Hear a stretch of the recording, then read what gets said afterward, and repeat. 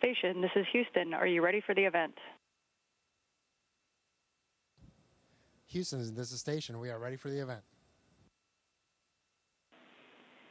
Medscape Cardiology, this is Mission Control Houston. Please call Station for a voice check. Station, this is Melissa Walton Shirley with Medscape Cardiology. How do you hear me? Hey, Dr. Walton Shirley. Welcome to the International Space Station. It's an honor to greet you and to welcome you on behalf of Expedition 69. This is Dr. Melissa Walton Shirley with Medscape, and I'm excited to speak with Dr. Frank Rubio, astronaut and physician, who's coming to us live from the International Space Station. Welcome, Frank, and thank you for your time. Well, thank you so much. It's an honor to spend some time with you guys. I've used Medscape for years, so it's great to finally meet you. Thank you so very much. During your now over 200 days in space, has your background as a board-certified family physician and flight surgeon proven useful for your work on the space station? Well, you know, I think having a physician on board always brings a sense of kind of peace of mind. We do have a full medical suite up here and can treat up to including ACLS protocol. But fortunately, I haven't really had to use many of my medical skills. All of my crewmates are incredibly healthy. We all tend to stay in pretty good shape. And so it's one of those things that you hope to always be ready for the worst, but hope to never use even the least of our skills up here. That's fantastic. Could you describe some general measures to ensure both good physical and mental health for astronauts in space? Like, what is your daily fitness routine, Frank? Yeah, you know, some of the processes that we see in space tend to mimic some of the medical processes that we see in humans as we get older. But they tend to happen a lot quicker here in space. Some of the major ones being bone loss and muscle density loss. And so we do tend to spend quite a bit of time doing resistive training, weightlifting essentially, but you can't lift weights in space. And so we use two large pistons to create resistance.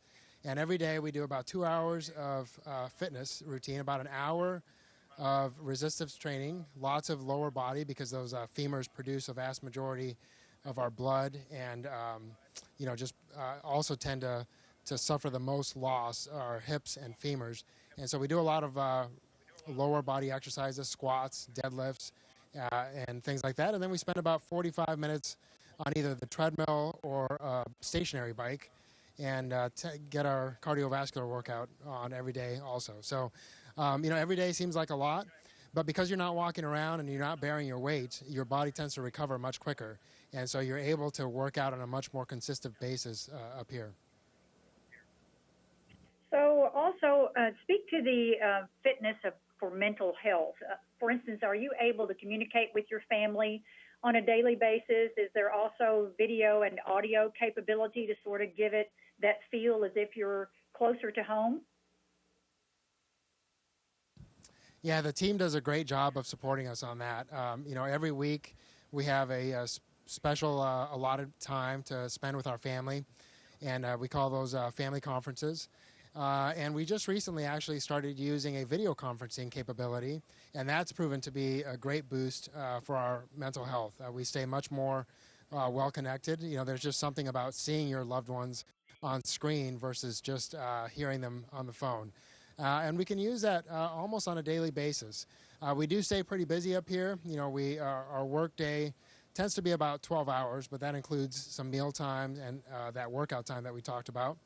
But still, most of us try to block out a 10 and 20-minute block to stay in touch with our loved ones almost daily. And so, yes, that really does help with our time up here. But we also have a family that's up here in space. We call it our space family. And our crewmates, other human beings that I'm up here with, they become some of my best friends. Fortunately, some of them were already some of my best friends. And so it makes it really easy to get along and just have a great time together up here. That's fantastic. Some of our readers wanted to know what type of blood tests are performed regularly on astronauts at the space station. Well, quite a bit, right? We are trying to see and establish a baseline for what the effects on the physiological the physiological effects that space has on humans. Unfortunately, there's not been many astronauts, as you know, for any study to have power. We just need more and more subjects. And so because of that, almost all of us tend to get the full gamut of blood tests while we're up here. Very rarely do those tests get drawn. They get drawn up here, but they don't really necessarily get run up here. We will tend to send most of our samples back, either frozen or ambient. And then the labs down at NASA will store some of the samples for long-term study and also study them as we go. And so really almost any test that you can think of, we tend to get up here. So we know the Artemis project will eventually take humans to Mars. So what do you foresee as the greatest danger to human health during extended and deeper space travel? Yeah, so as always, unfortunately, once we leave the protective field, the protective electromagnetic field that the Earth provides, that exposes us to a tremendous amount of radiation. And the further we get away from Earth, the more that has an effect on us. So that's probably the number one overall risk factor that we face. Microgravity in and of itself obviously provides risk, like we talked about, to our bone health and our muscle density health. Isolation, like you alluded to, tends to be a factor for our mental health. And just also, for our loved ones, right, dealing with the risks that we expose ourselves to. I think most of us see this job as a tremendously fun and a great opportunity. But the reality is that despite all the amazing work that the ground teams do, we do still face tremendous risks. And so I think it's important for families and loved ones to learn how to cope with those risks, and also for us to help them deal with those risks as we travel deeper into space. So all those things, NASA does an amazing job of just breaking down any risk, whether it's an engineering risk or a medical risk. We break it down in the smallest blocks possible and mitigate everywhere that we can. And so despite the tremendously dangerous environment that we operate in, the rockets that we work in, and the places that we go, the reality is it's an incredibly safe job because we have incredible support from the ground teams and the engineering teams that are part of the NASA family. Frank, could you pick one specific future medical benefit that may impact us terrestrials that you might obtain from your work through the International Space Station or even from Artemis? What specific one are you most excited about? Yeah, we're looking at some really cool things recently. Two of the ones that I've been most excited about, we recently had a biofabrication machine up here, and essentially we're looking at 3D printing human tissues. We're starting with some very basic tissues like meniscus, but eventually the goal would be to use that type of technology to possibly print human organs, right? The fact that we can do that in microgravity and remove the sedimentary effects, the convective effects that the environment down on Earth has on those processes, we could possibly produce much higher quality organs. Now, there's still a lot of challenges as far as transportation, both up and down from space, but we're starting to, slowly make progress towards that real possibility. The other thing that we look at is crystal growth. And so we're able to manufacture, again, because we are able to remove some of those forces that we experience on Earth, we're able to manufacture much higher quality crystals up here in space. And so I think that'll have an effect on the medicines that we can create, much more stable medicines that maybe are more resistant to heat and less they see less degradation over time. And I think that'll make much higher quality medicines available to a greater portion of the population down on Earth. So those type of things are pretty promising for what space can provide, what benefits space can provide for people back on Earth. Well, Frank, we are hopeful you'll be home soon and reunited with your family, friends, and your Earthbound colleagues. I want to thank you so very much for your service to our country and more accurately for your service to humanity. This is Dr. Melissa Walton Shirley signing off for Medscape. Dr. Walton Shirley, it was an honor. Thank you so much for your time. Take care. Station, this is Houston ACR. That concludes the Medscape Cardiology portion of the event. Please stand by for a voice check from KDKA-TV.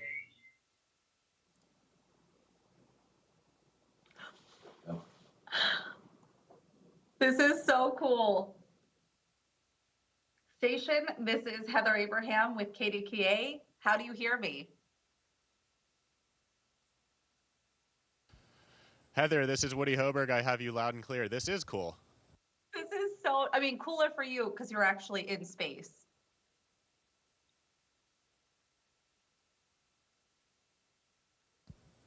Yeah, it's great to be here, Heather, and an honor to get to talk with you. Welcome on behalf of the Expedition 69 crew. Welcome aboard the International Space Station. So, is this a dream come true for you, Woody? This is definitely a dream come true for me. Like I think many children, when I was growing up, being an astronaut sounded like just the coolest job in the world. Honestly, I never thought it was actually possible. And it wasn't really until I was, until I got the call telling me I had actually been selected that I actually believed that it was possible to get this job.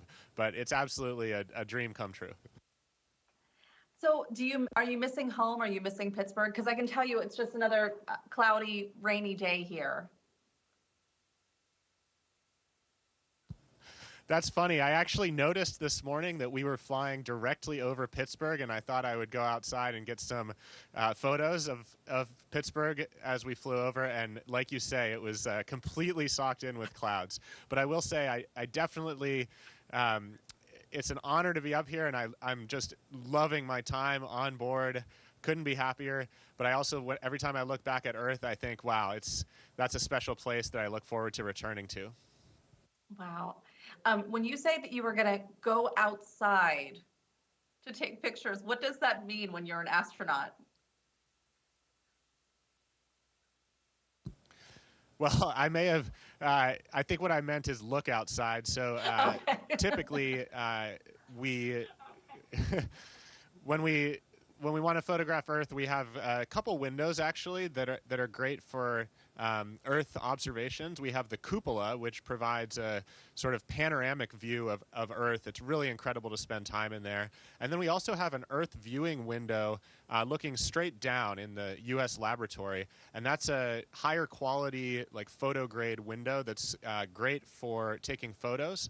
We actually use that for some science missions involving photography, and also for occasionally there are international disaster charter sites. So for example, if there's a hurricane somewhere on Earth, we're sometimes some of the first photos that can get taken are astronauts on the space station just pointing a camera at what's going on. It's wonderful. Is there anything that you're missing from back home? Oh, look at the microphone just floating. I miss showers. I'm a mom to 3, so I miss showers too, Woody.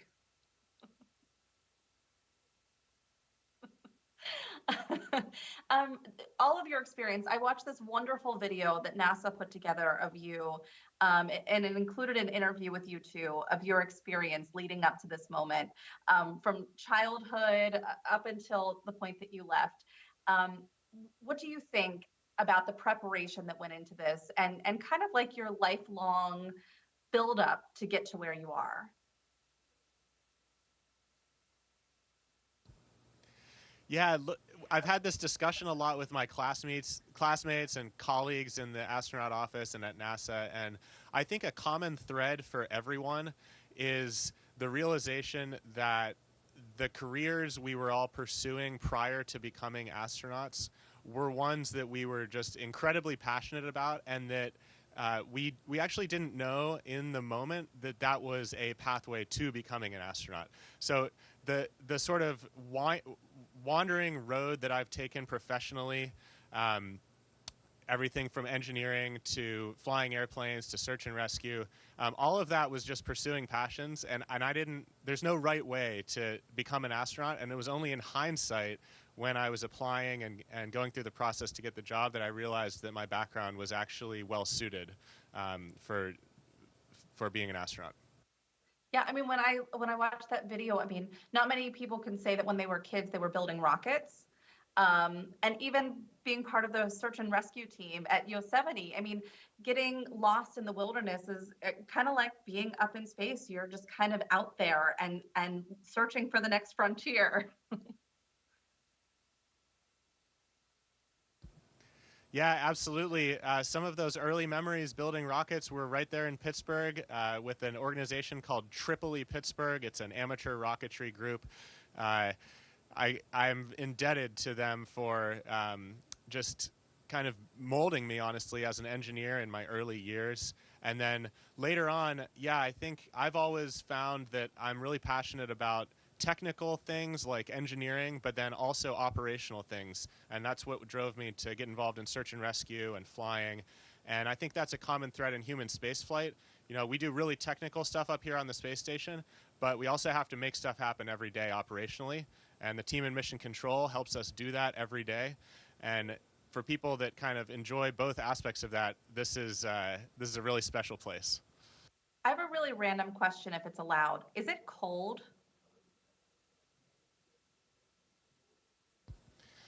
I've heard some people feel cold.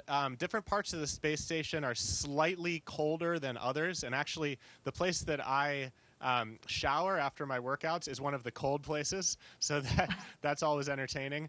But honestly, on average, it's like a balmy 72 degrees anywhere you go on the space station every day of the year. So speaking of the space station, what are you doing there? What is your goal? What is your mission while you're there?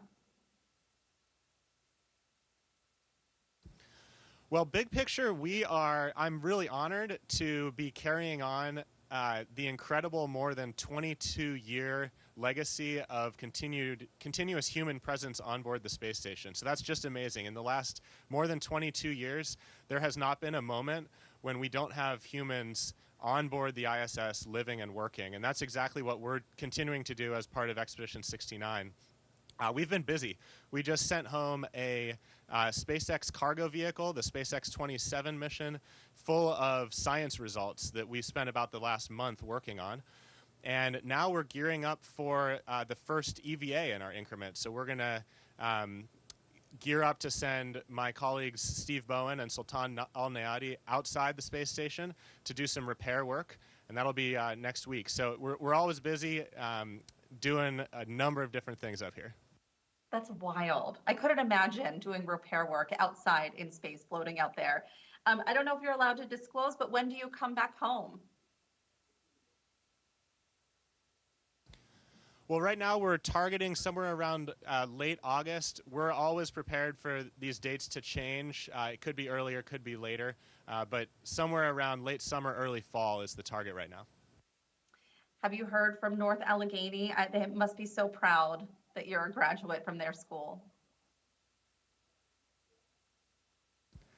Yeah, I'm so lucky that I got to attend such a wonderful public school. All through high school, North Allegheny was a really positive portion of my early development, and I am hoping to get to talk with the students there a little bit later this spring. I also have a brother. My brother Russ teaches high school chemistry, 10th grade chemistry at Upper St. Clair. So I'm hoping to maybe talk with his school as well at some point this spring. Well, I hope you can visit us at KDKA when you're back here on Earth and showered. I know that'll be one of the first things you do. That would be best for both of us, and I would absolutely love that. I would love to come visit sometime. Thank you so much, Woody, and congratulations on all your success. Thank you, Heather. It was great speaking with you. Station, this is Houston ACR. That concludes our event.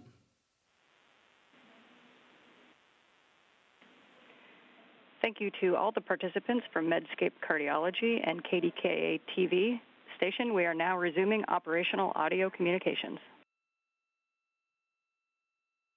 Station copies. Thank you.